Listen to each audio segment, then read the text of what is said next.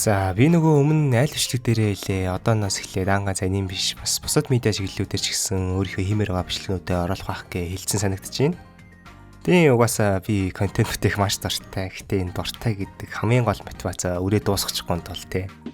Нэг тийм burnout гэдэгт орчихгүй тулд өөрийгөө нэг хайрцаглаад хүчлээд дэлхүү яг хиймээр байгаа бичлэгээ шууд хийгээд ирсэн алстаа хэрэгтэй гэж бодд юм аа. Гэхдээ мэдээж чаналынхаа үндсэн гол сүнсийг алдчихгүй тулд голцоо анимаараа дагнаад явна л да. За ерөнхийдөө тийм ошлоо ярьчлаа.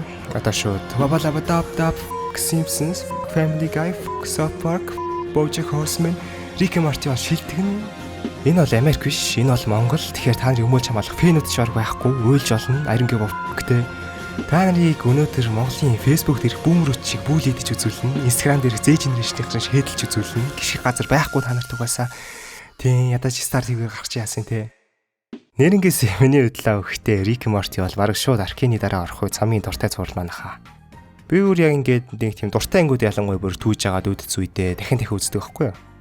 Тэгээ одоо зөнгүүд нэр анзаарч байгаа юм байна. Амар олон гоё алчиг жокнуудыг ойлгохог өнгөрөөж исэн билээ тохоо үедээ. Жаахан байхдаа бол бараг би тэр нийт жокныхын 50% нь ойлгосноо үгүйтэй ил байсан мөртлөө стил хангалттай сонирхолтой хөгжилтэй байдаг байсан. Хүмүүс ихтэй сүүлийн эдийн системийн нэлээд уйдгартай ялсан болоод байгаа гэж шүүмжиж эхэлж илээ л дээ. Яг хоо би ч гэсэн ганц хоёр анги нь бол хэцүүхэн байсан гэдэг дээр бол санал нийлнэ. Гэтэ угаасаа бүхлөт нь 7 сесний турш бүх ангиа төгсрүүлнэ гэдэг чинь хот штэ байхгүй штэ. Хичнээн бүтээл сэтгүүтэй байлаа гэдэг санаа дуусч таарна. Харин ч 7 сесний турш үдий зэрэгтэй байгаа. Үдий зэрэгтэй байгаа ч гэж ер нь тэр сүүлийн сесн дээр ч гэсэн галзуу галзангууд байж лээсэн. Давархаа болцгоо хийдүүлээ. За муу хайртай цувралаа. Ерхийд нөмөрөө дуусчлаа. Бишнийхаа үнсийг сэрвэ шууд орё доо. Цуврал маань бол episodic storytelling, анги болгох нь өөр storyтэй, үргэлжилсэн биш болохоор хаанаас нь ч үтсэн ойлгоно. Ийм болохоор ер нь бол шинээр үсэй гэж бодож байгаа хүмүүс баг IMDb-гээс хайж агаад хамгийн өндөр оноотой ангиудын түүгээд үзсэн ч баг асуудалгүй заяа. Тэгэхээр шууд үзэхэд бэлэн болохын тулд үндсэн дөрөв болон ерхий плотын товч яриад өгье. Окей, Rick бол сууд ухаантан, бүр зүгээрч нэг genius биш, бүр ертөнцийн хамгийн ухаантай оршихуйч гэж хилээдэн дөрөөд дурддаг. Ахвалыг л ер нь тэр үг хэллэг үзэл бодлыг тэр нэлээд хурц муухай аштай. Эмпати, өрөв цаан, мэдрэмж гэсэн лав энгийн үн яг шиг биш. Ачхүү Мортин болохоор жоохон зожиг маягийн сургуульдаа ч гэсэн ерөөхдөө лүүсэр дүү. Тэгээд нөгөө анхандаа бол өвөөгөө бол хамаагүй эмпатитэй, мэдрэмжээ өлөөшөдгүй ингээл хөгчиг байсан юм. Сиси явах тусам олон өвөөтэйг адилхан болж байгаа нь цувралаас харагддаг. Саамар болохоор Мортиг бодвол арай нийтч. Гэхдээ бас л сургуультай жоохон гадуурхах гэдэг цөөхөн найстай хүүхд юм шиг санагдсан юм аа миний хувьд. Тийм ч болохоор юм мэдэхгүй өвөөтэйг бас нэлийн дотсоо орлогууд хийдэг. Юмл бол Мортитэй өрсөлдөд байдаг штэ. Би ихтэй Самрын дүрд бол айгүй дуртай. Мортиг бодвол хамаагүй хүчтэй сэтгэл зүйтэй. Бас цагаат бол айгүй хөөрхөн сайхан сөөлөх сэтгэлтэй дүр штэ. Жэри бол Морти Самар хоёрын аав бүр яг жинхэнэ нэг тийм толгой муутай, бийч муутай, гэр бүлдээж угаасаа нэр хүндгүй байнг бүлэдүүлж идэг өрөвдөлтэйг аяхгүй юу? Hi, Mrs. Smith. I like your hair better this way. How's the stomach? What? Hey! I only said hey. It's not like I can do more than that. Гэтэ Жэригийн төр бол гоё. Жэри Рик хоёрын харилцаан дэрийн цувралын үнэхээр гоё алчиг жөөгнүүдээс тогтдог. Дэти болохоор Жэригийн эхнэр, Рикийн охин. Ер нь бол үг дууцөөтэй, гиморгүй юм шиг харагдаг. Гэхдээ заримдаа бол жоохон сайко байрны. Бас л эвгүй аргагүй л дээ Рикийн хөвгч шүү дээ. Жэри ч гэсэн яг хайртай эвгүй юу гэдг нь нэг жоохон онцгдуу. Надалаа хөхтэй энэ дүр нөгөө дүрөө одох юм бол жоохон суудл үүрэг багтай юм шиг санагддаг. За давчирвал нэг иймэрхүү. Одоо шууд үндсэн санаа руу оръё. Rick and Morty бол одоо нийгэм толгомдоод байгаа асуудлууд, pop соёл эдрийг хайр найргууд ийсэлдэг. Тэгээ бас их жокнууд нь философи шинжлэх ухаантай холбогддог болохоор энэ тал дээр ядаж нэг анхан шатны мэдлэгтэй байвал аюу зүгээр. Би лав нэг шинэ онол үзэл эдэр олж мэдчихэл үзэнгүүд яг тэрүүгээр Rick and Morty эдийн жок хийсэн байдаг. Тэгэхээр хэрвээ чи иймэрхүү танин мэдхүн чиглэл аюу хоббитэй nerd маягийн нөхрөөл тэр ашиглалуудын аюу гоё catch хийж чадна. Бас заримдаа тэр ашиглалууд нь ганц инээлхээс ч гадна толгойд нилээ юм хийсэнтэй ухааруулж бас чаддгаа. Nobody exists on purpose. Nobody belongs anywhere. Everybody's gonna die. Come watch TV.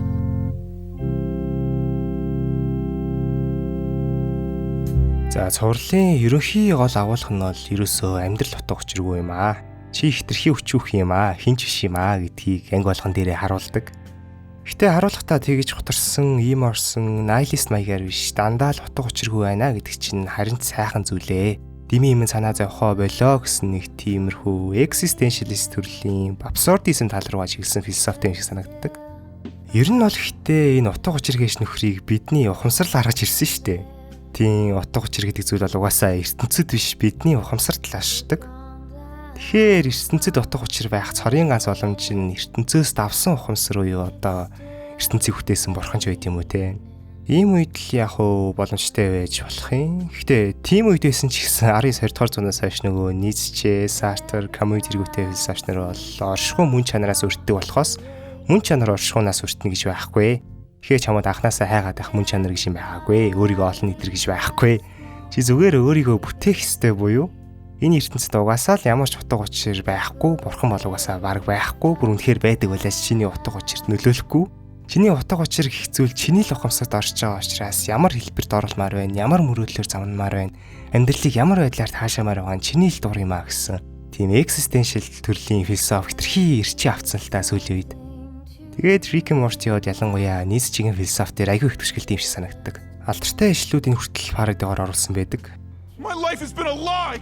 God is dead. The government's lame. Thanksgiving is about killing Indians. Jesus wasn't born on Christmas. They moved the date. It was a bag and Ингээд нэрээ ахын философи жоох ярил нөгөө алдартай бурхан өгсөн бид нар алдсан эдэр гэсэн сүртэй санаандууд нийцтэй дээд хүнийг бүтээх гэсэн хүчтэй амбицтай холбогдсон штэ. За тэгвэл дээд хүн гэдгийг нь бол янз бүрээр хүмүүс тайлбарладаг л та. Гэхдээ ерөнхий утга нь ертөнц утга учиргүй байсан ч гэсэн утга учиртай амьдарч чадсаар байгаа хүнийг хэлээд байгаа байхгүй юу?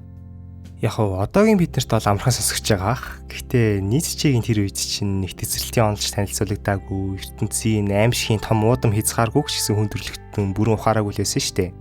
Гэхдээ ер нь одоо ч гэсэн бодоод үзвэл өөрийгөө этист гэж нэрлэдэг нөхдөө цагаат толгоор те.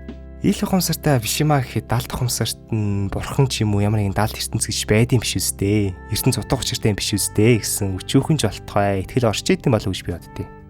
Хэрвээ заяа.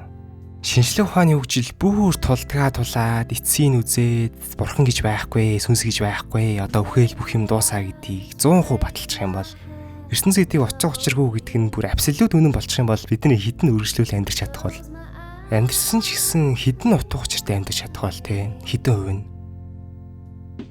За бидний Homo sapiens зүйлийн бусад хүндрэлт огтнуудаас ялгардаг хамгийн чухал онцлог нь төсөөлөн бодох чадвар байсан те.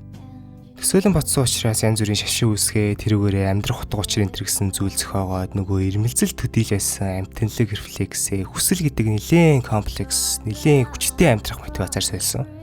Гэтэ хэрвээ тэр амьдралыг хөдөлгөж хүсэлэн буюу тэр утга учир зорилго нь байхгүй болчих юм бол бүр яг чихнээсээ мөрөөдөлгүй хүч чадлын санаархал гэсэн унган шин чанар эдрэн ч гэсэн үгүй болчвол маний тэр нь амьдрч чадах юм уу? Бид нар л баг амьдрч чадахгүй бах. Амьдрч чаддаг болохын тулд Homo sapiens-ээс дахин нэг удаа хувьсаад дээд хүн буюу дээд Homo sapiens болохоос өөр аргагүй. Ницшегийн хэлэх гээд байгаа санаа философиг бол би нэг иймэрхүү утгаар ойлгосон. Тэгээд Рик Санчес гэдэг дөр бол яг Ницшегийн хэлдэг тэр Homo sapiens-ийг давсан дээд хүн буюу ертөнцийг утга учиргүй гэдгийг хамгийн тодор ясмахандаа тулд ойлгосон ирнэ. Амьдралыг аюулгүй enjoy-лаа те. Бас тэр мэдрэмж, empathy гэсэн хүнд байдаг шин чанаруудаа хүртэл хадгалангаа бусдад харилцаж чаддаг. Стил дээд хүн гэж хэлж болохоор дүр байгаа юм л да. Morty, stop digging for hidden layers and just be impressed. I'm a pickle. I'm just trying to figure out why you would do this. Why anyone would do this. The reason anyone would do this, if they could, which they can't, would be because they could, which they can't. Бурхан гэснээс нөгөө олон ертөнц цувагдаад байдаг анги дээр манай хүн Мортиг аварчаад бурхнаас аврал ирээд идэв штэ. Яг магадгүй Рик угаасаа өхгүй гэдгийг мэдчихсэн зүгээр тоглоомоор тэгсэн байж болно л доо. Гэтэ хэрвээ үгүй бол Рик хүртэл те ертөнцийн хамгийн ухаантай оршихуй хүртэл бурхан үнэхээр байдаг үгүйг мэддэггүй болж таарна.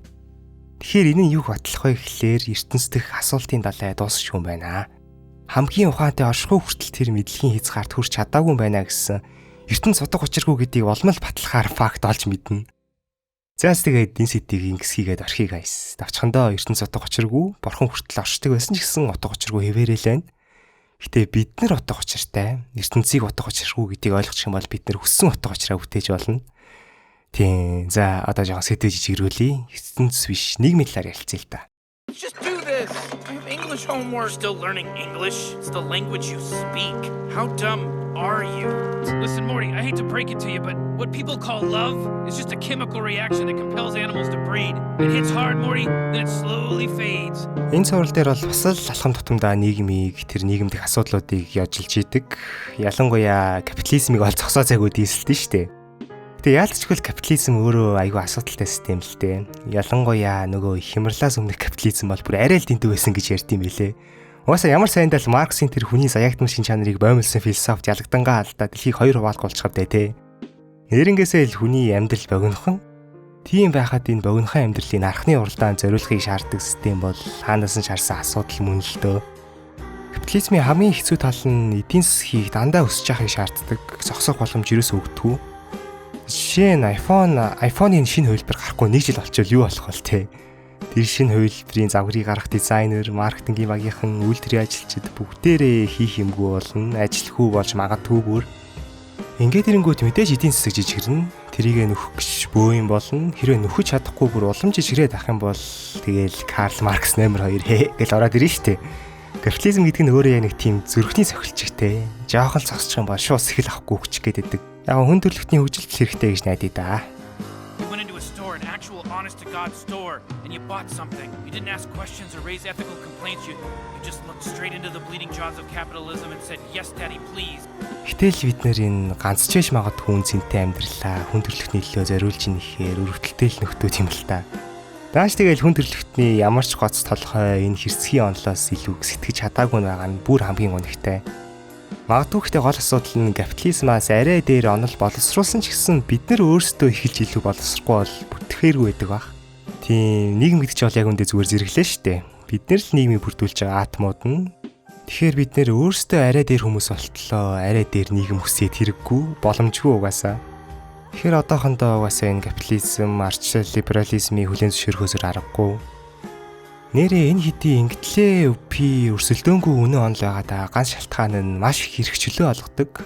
Хүний энэ хэрэгчлөөнд дуртай, өрсөлдөх дуртай амтэлэг шинжийг хүлээн зөвшөөрж сул тавьсан ганц засаглал учраас л хүн төрөлхтний түүхэнд хамгийн бэст байгаа дээ. Тэгэхээр нэрээ энэ бичлэг сонгуулаар орох бах. Саналаа өгөөрэй.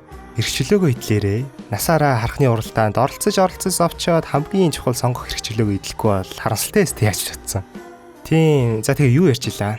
Бид нар өөрсдөө илүү дээрчиж илүү дээр нийгэм зогслоо штэ. Гэтэ асуудал нь бид нар ерөөсөө дээрдэхгүй байна гэж. Яхаа хэдэн зуун жилийнхтэй харьцуулбал хамаагүй инэрэнгүү болсон л доо. Жохоо бити давраад бай тээ. Гэтэ асуудлууд оршсоор л байна. Рик Морти ч гэсэн тэрийг янз бүрээр дийсэлсээр л байна. Өнөөгийн нийгэмд их жишээ нь одоо woke culture ч юм уу те.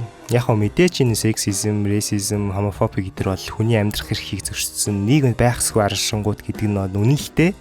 Гэтэ хувь хүнд бол байж болно шүү дээ. Жишээ нь нэг хүн нөхөр үнхээр нэг тийм богдмол орчин төсөөд өөр өнгөт ярьснуудыг LGBT хүмүүсийг эсвэл одоо эмэгтэй хүнд хуурцнаас болоод үзий яддаг болцсон байвал яах вэ те. Тэр бол тэгэхээр үзий ядах нь хувь хүний эрх. Гэтэ тэрийгээ тэгээ санаатаагаар олныг уриалгах маягаар тийм худал фактууд эдрээр даалгалж үзий ядах нь нийгмийн ашиг сонирхлыг зөрчинө л дөө. Юу гэсэн үг вэ гэхлээр олон хүмүүс тэр нөхрийг сохроор даган дөрэн нөгөө 100 жилийн өмнөх хаасайгүй ялгуурлан гадуурхалтай шудрагаас хүнлэг биш нийгэм рүүгээ буцаж ухрана л гэсэн үг. Тийм тэгэхээр чиний эрх чөлөө бол нийгмийн ашиг сонирхлоор угаасаа хязгаарлагдана гэдгийг ухамсарлах хэрэгтэй. Гэхдээ хэд туушраад ирэхээр те өдөр шингүү зогсоо зайгүй өдрөө чинь толгаад ахаар те. Чиний жишээлбэл дургүй юм чинь андаа энэ гоё энийг хидэд үзээ. Энийг ойлгохгүй бол чи хоол амлах чадваргүй мэн гэж чичрээдэвэл ямар ч хүний уур хүрнэ штэ. Ew, what the hell? Jesus, there's flies in my ice cream! Presidential decree. All ice cream is now for all beings, no matter how many legs. Үүнийг асуудалгүй байсан хүн хүртэл асуудалтай болж болно. Хүн угаасаа л тийм хит тууширсан толголтод дурггүй. Ер нь ямар ч юмн дээр хит туушрал юм бол нөгөө талд нь бас нэг эсрэг туушрлыг үүсгэж идэг. Хоёр өөр туушрлаас талцал үүсдэг. Тэгэхээр аргадчих хэвээр. Миний бодлоор жишээ нь Disney ремейкийг Harris техноор хийж байгаа нь woke culture-оо дэмжиж байгаа биш. Харин ч олон их хейтрүүд фармлж байгаа үйл явц гэж хараад байгаа. Заавал тэгэл хүн амьтны хүүхэд насныхаа баатруудын, дөрүүдийн, рүүний зогсоо зайгүй хил аманд орооцолжуулж ийснаас шинээр дүрцэх байгаа те. Жишээ нь шиний Spider-Man Miles байгаа нь бол хинт ч асуудал болоогүй штэ. Хүчтэй бие даасан эмэгтэй гэдгээрээ Arkane Y эдэр шиг жихнээсээ хүчтэй бие даасан эмэгтэй бүтээж л угаасаа хинч гоншгондохгүй. Харин тэгж чадахгүй байвал те бидний тэнэг гэж бодож байгаа юм шиг нүүрэн дээр улаан цай логгүй маа тулгаад байвал угаасаа олон хүмүүс хейтлэн. Ялангуяа өсвөр насныхан бол учрын шинийг тунгаахгүй хүмүүсийг дагаад хейдэлчтэй штэ. Does all interdimensional TV have to rely on juvenile violence? Well, Summer, maybe people that create things aren't concerned with your delicate sensibilities. You know, maybe the species that communicate with each other through the filter of your comfort are less evolved than the ones that just communicate. Maybe your problems are your own to deal with, and maybe the public giving a shit about your feelings is a one-way ticket to extinction. Тийм тэгэхээр woke culture-ыг нийгэмд хүлээн зөвшөөрөх гэсэн биш улам бүр хейтлүүлээд байгаа хайчиж байгаа нь үнэхээр харамсалтай л да. Гэтэ яг хөө мэдээж хүмүүс бүгд тэнийг биш болохоор woke culture-ыг эсэргүүцлээгээд тийм жихнээсээ racist, жихнээсээ улаан ногоон sexist, жихнээсээ мөрөөр явж байгаа ижид хүсдэг үзий хадаад ирэхэд нь алдаад байна ч гэж баг байхгүй л те. Маш зөвхөн Монголд бол ихтэй зарим ахнар байдаг гэдэг. Сүүлийн үед ихтэй нэрээ нэг тиймэрхүү ээжийн хэмрүүд аягүй их явдаг болсон шүү дээ. Гэтэ миний бодлоор л энэ хүмүүс жихнээсээ тэр нийгмийн цөөх бүлхийг үзий ядсандаа биш зүгээр woke culture-ыг шогсондоо те. Нэгсэндээ эсэргүүцлээ нийгмийн цөөнх бүлэг зориулж биш тэр нүүрэн дээр тулгаатайгаа woke culture-т зориулж илэрхийлж байгаа дийсэн гэж боддог. Би ер нь яг л энэ бичлэгийг хийж явахдаа бодлоо л доо. Хэдүүлээ төгс нийгэм рүү ойртож чадахгүй ингээл доороо эргэлдээд байгаа шалтгаан нь бид нар нийгэмдэх асуудлыг шийдэхдээ дандаа урт хормойгоор нь хойд хормойгоо нөхөд ах шиг байдیں۔ Одоо жишээ нь хамгийн хурцтаад байгаа хүйсийн талцлал дээр жишээ авъя л та. 20 дугаар зууны хүртэл баруун дол эмэгтэйчүүдийн шалгааныг байсан те. Тэгэд энэ асуудлаа шийдэхдээ хит туйширснаасаа болоод эсрэг туйшрал буюу эрэгтэйчүүдийн эрх зөрчигддөг болоод эхэлсэн. Тэнгүү дахиад эннийхэн эсрэг туйшрал буюу мисожинист байхыг хүссэн, хуучны цаггүй эргэж авчрахыг хүссэн эрэгтэйчүүдийн эсэргүүцлийн бас нэг том тавлага одоо нөгөө Андрю Тейт идрээ тохиолоо штэ. Монгол бол яг хөө дэлхийдээ харьцуулахад энэ хөлсийн талцал гэж зүйл арай гайгүй байсны ачаар нэг хүртөөгүй. Гэтэл дэлхийд даяар тэгж хүчтэй шуурж хагаад мэдээж тодорхой хэмжээнд найх нь бол ойлгомжтой. Бид нар хэрвээ нийгмийн асуудлыг шийдэхдээ ингээд хоёр тишээ ээлжлээл хуушаад авах юм бол хизээш үр дүн авчрахгүй энэ хөгийн парадокст үрд гацна. Үр дүн авчрахын тулд тэр зөрчилтөө үүссэн бүлэг хүмүүсийн аль аль талынх нь эрх ашиг хамгаалсан тийм диалектик хариулт олж иж сайжирч явна гэж би боддیں۔ Эсвэл сайжраал ах юм болов би зүгээр жижигээр яг нэг хэдэн 10 жилээр хараад байгаа шахнаад байгаас ш нийгэм бол баг багаа сайжраад байгаа шивс магадгүй л дээ. За тэр чи яг уу санааг нь бол ойлгоцсон те. За Rick and Morty гэж нэг иймэрхүү аним байна. Миний humor sense, амьдралыг харах хүрээ, үзэл бодлыг төрчихсэн, мэдгэдэггүйс нөлөөсөн үнэхээр хэрхэн бүтээл бол мөн. Ер нь бол би Rick and Morty, Boys Eater шиг нэг тиймэрхүү нийгэмдэх асуудлуудыг нэг туйшрахгүйгээр хоёр талын барай зоригтойгоор дийсэлждэг сурлууд дуртай. Тийм. Гэтэ баг тийм биш байсан ч гэсэн энэ галзуу mind fuck хийсэн плотууд нь байгаа цагт стил үзгэл байсан баг. Энэ бол гэхдээ нэр үнэхээр төгс рүү ойрцсон цувралаа. Жохон траш ангиуд бол байгаа, хүлээн зөвшөөрнө. Гэхдээ тэдний цувралынх нь орой өвнч баг хүрхгүй л гэж боддог. Яс тэгээд хаяа иймэрхүү бичлэгнүүд орно. Гэхдээ мэдээж чихэн хэлсэн шиг анима төлхөө барьж явах нь хിവэрэ. За тэгээ хэрв та миний бичлэгийг өнөөдөр л анх удаа үзэж байгаа бол шинэ үзэгч бол анимных үздэггүй бол одоо тарч хийж олноо. Би аним үздэг фракцийнхантайгаа группээс урьдчилчаад араас ч очие заяа. Тийм явчих. За аним болон манга вебтүүнээс дуртай бол манай групп нэгтээрээ нөгөөхөл хилэнэлтэй угаасаа. За тэгээ бай.